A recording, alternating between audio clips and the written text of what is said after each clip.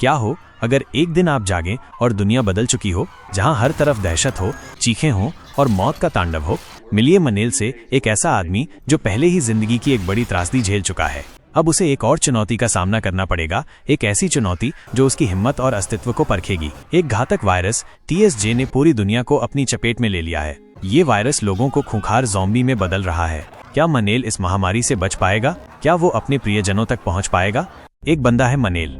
1 साल पहले उसकी बीवी के साथ बहुत बुरा एक्सीडेंट हुआ। बीवी तो वहीं मर गई, पर मनेल बच गया। बेचारा बहुत चोट खाया था, दिल से भी और शरीर से भी। उसे नॉर्मल होने में बहुत टाइम लगा।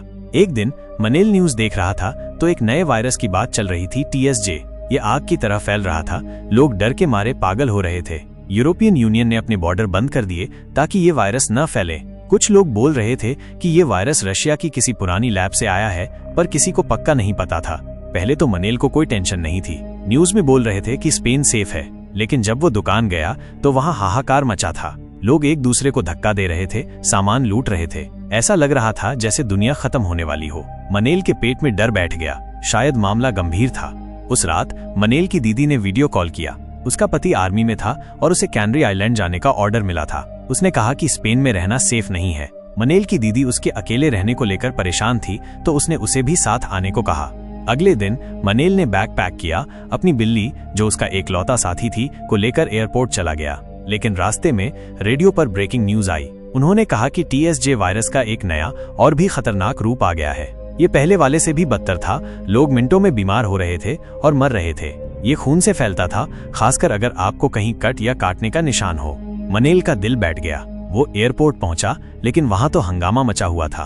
फ्लाइट्स रद्द हो रही थी। फिर सभी को सरकार का मैसेज आया कि स्पेन में इमरजेंसी है। लोग पागल हो रहे थे। कुछ ने गेट तोड़ने की कोशिश की और एक गार्ड की बंदूक भी चोरी हो गई। मनेल समझ गया कि वो कहीं नहीं जा पाएगा। वो वापस घर की तरफ मुड़ गया। ट्रैफिक बहुत ज्यादा था, तो मनेल ने पैदल ही जाने का फैसला किया। जब वो अपने मोहल्ले में पहुंचा तो अंधेरा हो रहा था। पूरी जगह पुलिस वालों से भरी हुई थी। कुछ तो गड़बड़ हुई थी। मनेल ने अपने पागल पड़ोसी को पुलिस ले जाते देखा। वो जल्दी से घर गया, सोच रहा था कि क्या हो रहा है। घर पहुंचकर उसकी दीदी का फिर से फोन आया। उसने बताया कि सरकार क्वारंटाइन जोन बना रही है और सबको वहां ले जा रही है, लेकिन आर्मी के बहुत से लोग इसके खिलाफ थे। उनका कहना था कि सबको एक जगह करने से वायरस और तेजी से फैलेगा। उसने मनेल से कहा कि वो घर पर ही रहे और बहुत जरूरी होने पर ही बाहर निकले। मनेल ने फ्रिज चेक किया, कुछ खास नहीं था। उसे पता था कि उसे खाना लाना होगा, तो वो सुपरमार्केट गया, लेकिन वहां तो अलमारियां खाली थीं। उसे सिर्फ अपनी बिल्ली के लिए कुत्ते का खाना मिला। उसने सोचा कि शायद गैस स्टेशन पर कुछ मिले। गैस स्टेशन की दुकान में कुछ चीजें थीं, लेकिन जब मनेल पैसे दे रहा था तो एक कर्मचारी खून से लथपथ अंदर आया। उसने दरवाजा बंद कर लिया और कहा कि उसे एक ज़ॉम्बी ने काट लिया है। वो किसी को नुकसान नहीं पहुंचाना चाहता था। फिर तो भाई कयामत ही आ गई। लोग चीखने चिल्लाने लगे, इधर उधर भागने लगे। कुछ ज़ॉम्बी भी आ गए और हमला करने लगे। वे जानवरों की तरह थे जो किसी को भी काट रहे थे। मनेल ने एक पुलिस वाले को घिरा हुआ देखा तो उसने एक पाइप उठाया और मदद करने की कोशिश की, लेकिन एक ज़ॉम्बी ने उसकी तरफ रुख किया। बस जैसे ही वो मनेल को काटने वाला था, किसी ने उसके सिर में गोली मार दी।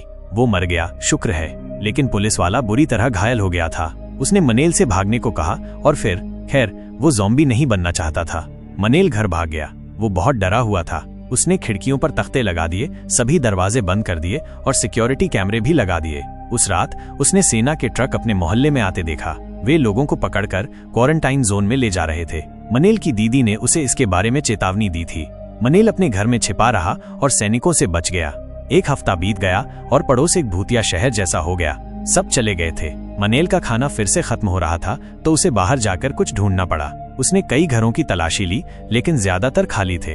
आखिरकार उसे व्हीलचेयर पर एक बूढ़ी औरत मिली। उसने बताया कि उसके बच्चे उसे छोड़ गए थे जब सबको निकाला जा रहा था। वो पड़ोस को अच्छी तरह से जानती थी, इसलिए उसने मनेल को खाना और कुछ सामान ढूंढने में मदद की। उसने उसे एक मोटरसाइकिल भी दी। मनेल उसके साथ पाकर खुश था। वो बहुत अकेला था। उसने सोचा कि वो उस बूढ़ी औरत के साथ तब तक रहेगा जब तक उसका जीजा उसे बचाने नहीं आ जाता। लेकिन फिर उसने रेडियो पर सुना कि वे क्वारंटाइन जोन खत्म हो गए हैं। वे किसी भी बचे हुए लोगों से अरौसा खाड़ी जाने के लिए कह रहे थे, जहां वे नाव से कैनरी द्वीप भागने की कोशिश करने वाले थे। मनेल ने बुढ़िया को योजना के बारे में बताया, लेकिन वो नहीं जाना चाहती थी। उसने कहा कि वो बहुत बूढ़ी है और बोझ नहीं बनना चाहती। मनेल ने उससे कहा कि चिंता न करे, उसके पास एक छोटी नाव है और वो उसे अपने साथ ले जा सकता है। अगली सुबह मनेल बुढ़िया को ये बताने गया कि जाने का समय हो गया है, लेकिन उसने कोई जवाब नहीं दिया। उसने उसे अपने बिस्तर पर पाया। वो अपनी नींद में शांति से मर चुकी थी। मनेल का दिल टूट गया। जैसे ही वो उसके कमरे से बाहर निकला, उस पर अचानक एक ज़ॉम्बी महिला ने हमला कर दिया।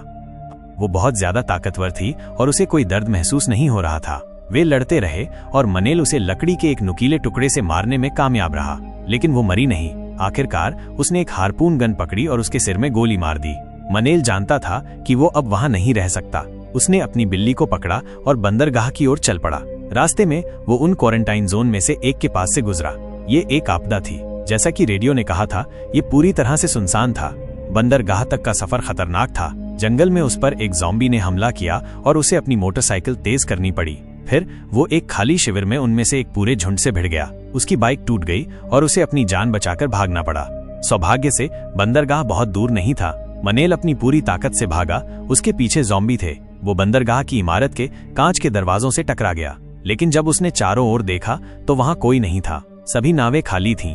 मनेल की उम्मीदें टूटने लगी थीं। उसने एक छोटी नाव लेने का फैसला किया और अकेले ही कैनरी द्वीप पहुंचने की कोशिश की। उसने पानी में कई पलटी हुई नावें देखीं। उसने सोचा कि वे बेचारे लोग भागते समय ज़ॉम्बी हो गए होंगे। उस रात मनेल की नाव अचानक रुक गई। उसने प्रोपेलर में एक लाश फंसी हुई पाई।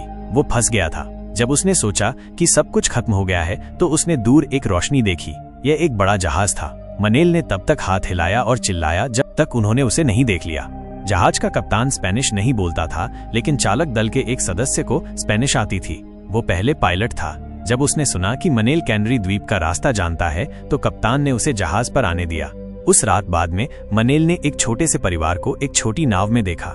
वे मदद के लिए इशारा कर रहे थे। जहाज के चालक दल ने उन्हें ऊपर खींच लिया, लेकिन अगली सुबह मनेल उस परिवार को कहीं नहीं ढूंढ पाया। उसने पायलट से पूछा कि वे कहाँ हैं, लेकिन पायलट ने ऐसा व्यवहार किया जैसे उसे कुछ पता ही नहीं है।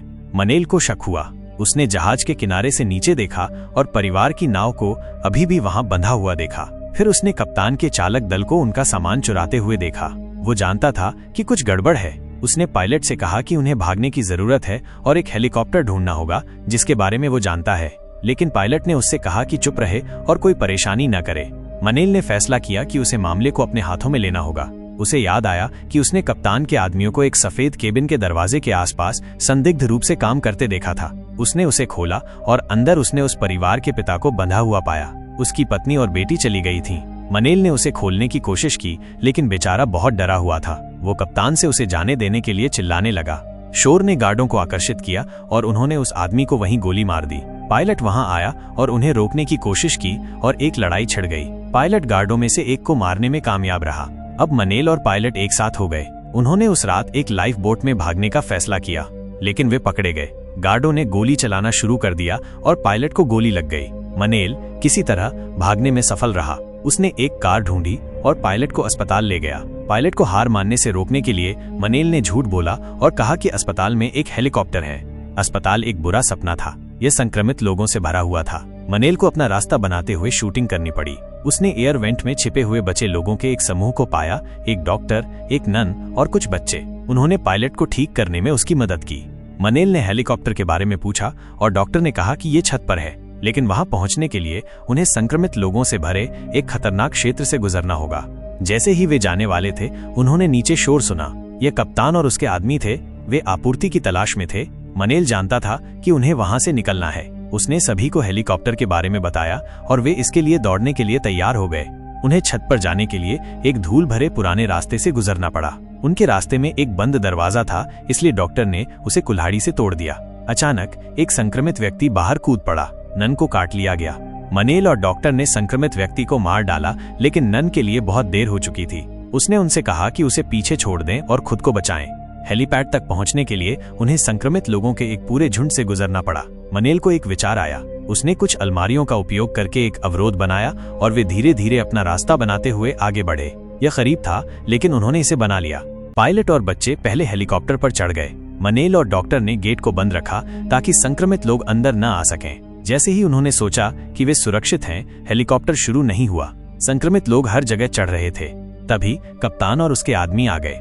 उन्होंने संक्रमित लोगों को गोली मार दी, लेकिन मनेल जानता था कि वे हेलीकॉप्टर लेने की कोशिश करने वाले हैं, तो उसने कुछ पागलपन किया। उसने गेट खोला और सभी संक्रमित लोगों को अंदर जाने दिया। उन्होंने कप्तान और उसके आदमियों पर हमला किया और मनेल ने ध्यान भंग होने का फायदा उठाकर हेलीकॉप्टर पर वापस चढ़ गया और कैनरी द्वीप की ओर उड़ान भरी। मनेल का फोन फिर से काम करने लगा और उसकी बहन ने फोन किया। वो बहुत राहत महसूस कर रहा था। उसने उससे कहा कि वो लगभग पहुंच गया है, लेकिन फिर उसने कुछ ऐसा कहा जिससे उसके रोंगटे खड़े हो गए।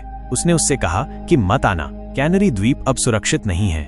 इससे पहले कि मनेल कुछ पूछ पाता, 2 लड़ाकू विमान उनके हेलीकॉप्टर के पास से गुजरे। कैनरी द्वीप भी गिर गए थे। फिल्म वहीं खत्म हो जाती है।